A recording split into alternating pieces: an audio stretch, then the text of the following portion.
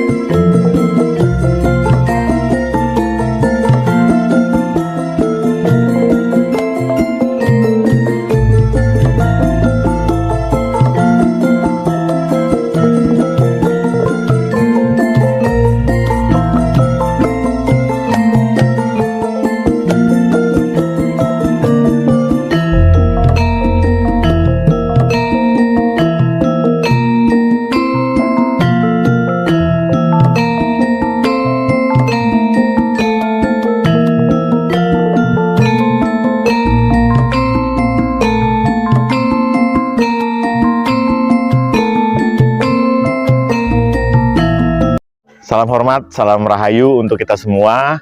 Di channel Panju Tomo Tosan Aji, kita masih tetap konsisten untuk terus mengangkat budayanya negara kita, terutama warisan para leluhurnya kita semua. Oke, kebetulan posisinya saya ada di daerah Gunung Kidul, tepatnya daerah Semin ya. Daerah Semin, di belakang saya ini adalah sebuah situs Candi Risan namanya. Nanti akan kita masuk ke dalam, kita akan lebih jauh dan lebih detail untuk mengkaji tentang situs sebuah Candi Risan ini untuk masyarakat semuanya, khususnya pecinta channel Panju Tomo Tosan Aji. Oke, Candi Risan ini yang tadi saya bilang tempatnya itu bersih ya, bersih sekali. Ini 24 jam bagi yang ingin berspiritual ataupun apa, semuanya bisa di sini semua. Nah, ketemu lagi di channelnya Panju Tomo Tosan Aji. Kita lagi jalan-jalan dan kebetulan kita ada di sebuah daerah yaitu Kabupaten Gunung Kidul, Jawa Tengah ya. Dan kita berada di daerah Semin. Salam hormat untuk warga Semin ya. Ternyata di sini ada sebuah situs candi yaitu Candi Risan. Nanti kita akan masuk ke dalamnya untuk kita kasih tahu, kasih lihat secara bangunan dan juga batu-batunya dan juga ini sejarahnya, biar semua bisa paham dan bisa datang ke sini, karena di sini pun sebagai situs cagar budaya yang sudah dikukuhkan oleh Pemda setempat. Jadi ini cagar budaya warisan leluhur. Ingat itu ya. Jadi perlu kita jaga dan kita perlu lestarikan. Nah, pintu gerbangnya hanya satu, yaitu masuknya dari sini. Dan tempatnya ini sangat asri dan juga warganya sangat ramah. Silahkan 24 jam yang mau berspiritual, yang mau salam leluhur dan juga mau cinta budaya, cinta candi. Untuk lebih detailnya silahkan lihat aja. Nggak apa-apa, di sini asik semua. Dan secara penjabarannya, daerah Gunung Kidul ini secara demografis ya, Candi Risan ini ada papan petunjuknya semua. Papan petunjuknya ini lengkap, semua bisa dibaca semua. Jadi ini bangunan Candi Risan ini bangunan yang merujuk ke agama Hindu. Ke agama Buddha. Oke, Jadi ini ada bacaannya semua lengkap, dan bangunan ini ditemukan di abad atau dibangun di abad antara abad ke-9 dan abad ke-10 Masehi. Wah, sangat jauh sekali, sangat lama sekali ya. Oke, nanti akan saya babar secara sejarahnya dan juga secara cerita informasi dari warga sekitar. Oke, dan di sini dulu dicuri sebuah arca, namun sudah dikembalikan, dan arca tersebut ada di sebuah museum di Museum Yogyakarta ya, untuk museum budaya candi-candi. Jadi apapun penemuannya disimpan di sana. Dan ternyata dicurinya sebuah arca itu ditemukannya itu di daerah Singapura, di negara Singapura. Wah, amat sangat sayang sekali, namun Yang Maha Kuasa menunjukkan akhirnya kembali lagi ke kita, ke Indonesia. Dan itu tepatnya terjadi pada tahun 1982. Tahun 1982. Oke. Dan secara relief duplikasinya ini, relief duplikasinya adalah arca Awalokiteswara. Awalokiteswara. Ini contohnya. Dan ini bernuansa Buddha ya. Ini ada filosofinya. Oke, yuk kita jalan-jalan. Dan melangkah lebih jauh masuk ke dalam, memang secara bangunan dan batu-batunya ini agak sedikit berantakan. Karena apa? Abrasi air, karena daerah ini tidak adanya tandon untuk penahan air, jadi airnya itu dari atas menggerus candi ini. Namun ini masih ori ya. Ingat, ini masih ori. Dan perlu diketahui juga yang kedua, batu material candi ini dibuat dari batu putih. Oke. Dan ini nampak lingga yoninya di sini. Yang mau berspiritual ataupun ulu salam leluhur, ini adanya di sini ya. Ini sebuah lingga yoni. Yuk naik lagi ke atas. Dan secara anak tangga ataupun kisaran candinya ini, dasarnya ini ada dua candi. Namun yang candi yang kedua itu di belakangnya ini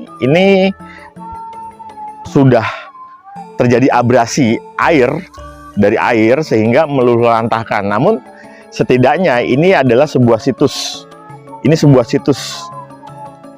situs yang memang adanya dulu tempat untuk sembahyang ataupun pemujaan juga di sini. Nah, ini yang kedua. Nah, di sebelah sisi saya, sebelah kiri, ini adalah yang nomor pertama. Yang alhamdulillah kalau kita lihat ini bangunannya masih secara struktur masih oke, masih solid semua. Yuk kita ke atas. Ini dari batu-batu putih ya, boleh naik ke atas, namun kita harus hormati semua dan juga tetap menjaga sopan santun dan juga tetap menjaga keoriginalan tata letak batu-batunya ini semua. Ini adanya relief-relief ya, yang memang sudah sangat lawas sekali, wajar. Terlebih ini terbuat dari batu putih masalahnya, bukan andesit. Nah, kalau naik ke atas, ini sebuah tempat yang memang bisa untuk melihat secara keseluruhan. Nah, kalau berbicara energinya yang sangat positif adanya di atas sini. Energi yang sangat positif ya, ada di sini. Banyak orang-orang yang berspiritual pada malam tertentu di sini. Silahkan yang mau datang. Energi sekitarnya sangat bagus sekali. Sebuah jejak peninggalan dari leluhurnya kita.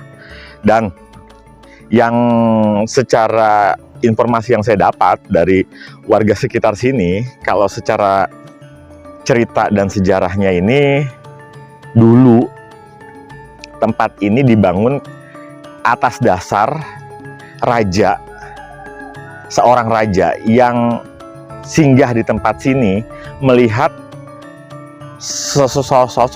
seorang wanita yang cantik, ternyata diindikasi sosoknya itu adalah Kanjeng Nyai Roro Kidul. Nah, dengan dia terkesimanya, makanya sebagai pemujaannya dia itu dibangunlah candi ini. Ini informasi dari warga sekitar. Namun kita tetap harus hormati itu. Dan konon juga kalau berbicara secara spiritual, ini titik ini, candi ini adalah komponen kumpulan titik nomor 1 secara kekuatan secara spiritualnya untuk wilayah Gunung Kidul. Jadi di sini titiknya. Jadi kekuatan elemennya itu, pintu gerbangnya ada di Candi Risan. Nah, semoga bisa dipahami ya, kekuatannya untuk wilayah Kabupaten Gunung Kidul adanya di sini. Ini menurut cerita dari warga sekitar. Nah, bagaimanapun juga, ini mutlak adalah sebuah situs peninggalan dari para leluhurnya kita semua. Di sini banyak bebatuan yang memang, yang tadi saya sudah bilang, bebatuannya ini sudah tidak presisi karena terkait adanya abrasi air dan juga tidak adanya penahan tanggul dari atas. Namun sebuah keajaiban dari Yang Maha Kuasa, sebuah karya dari para leluhurnya kita, ini masih kokoh, masih solid, masih kuat semua bangunannya. Batu-batunya masih oke semua. Dan satu hal lagi, ini semua gambarannya kadang perlu diingat pada hari-hari tertentu oleh penganut Buddha masih dilakukan untuk upacara keagamaannya mereka. Oke, dan saya merasakan secara energinya ini semua energi positif, energinya baik sekali. Jadi untuk Anda yang ingin berdoa ke Yang Maha Kuasa dengan sebuah niat baik, insya Allah Yang Maha Kuasa meridhoi. Tentunya juga ulu salam doa untuk para leluhurnya kita semua.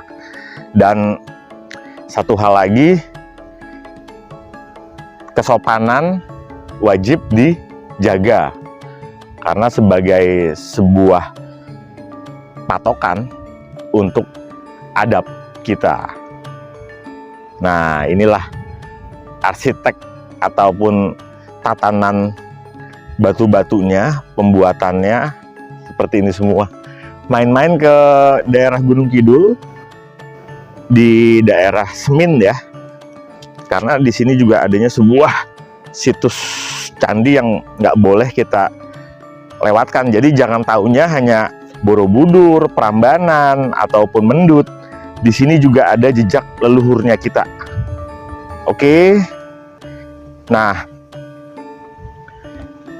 di dalam bentuk candi ataupun di dalam hal percandian itu kita memang pasti akan menemukannya banyak pasti banyak menemukan relief dan juga arca, serta jenis batunya tuh beda-beda karena pada era saat itu adanya penganut dari Buddha, penganut dari Hindu, dengan pemahaman mereka adanya Mangkoro ataupun Dewa Siwa, Dewa apapun itu, Ganesha, itu masing-masing terkait kepercayaannya. Nanti akan bisa dibedakan dari reliefnya itu merujuk ke agama apa, apakah Hindu ataukah Buddha. Kalau yang di Candi Risan ini menganut ke Buddha. Oke, tontonin terus dan jalan-jalan terus di channel Panji Utomo Tosanaji yang masih konsisten untuk mengangkat sebuah warisan leluhurnya kita. Oke, salam hormat, salam budaya, Rahayu.